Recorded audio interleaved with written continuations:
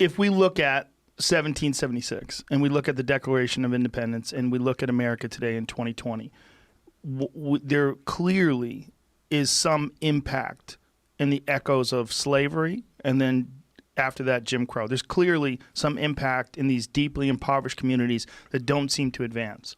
Yes. So to make the argument about institutional racism, there's a couple ways you can read this. When people say systemic racism or institutional racism, I usually ask them to be a little more specific in what they mean, because there are a few ways you can read that. One is history has impact.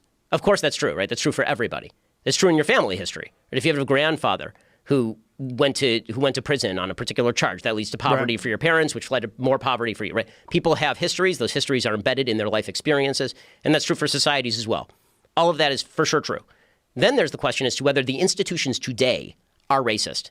And that's not quite the same thing, right? Because history has consequences is not the same thing as saying the rules today are racist.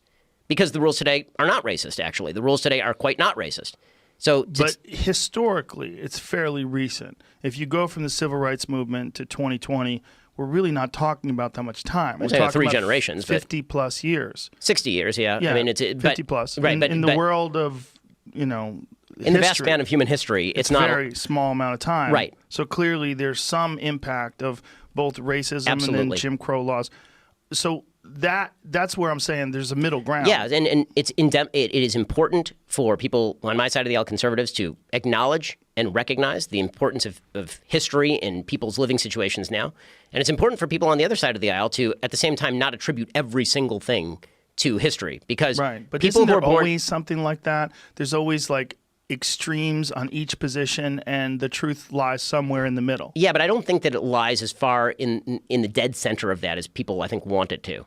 What I mean by that is the problems that have plagued communities in the United States, not just the black community in the United States, but problems of racism or problems of sexism.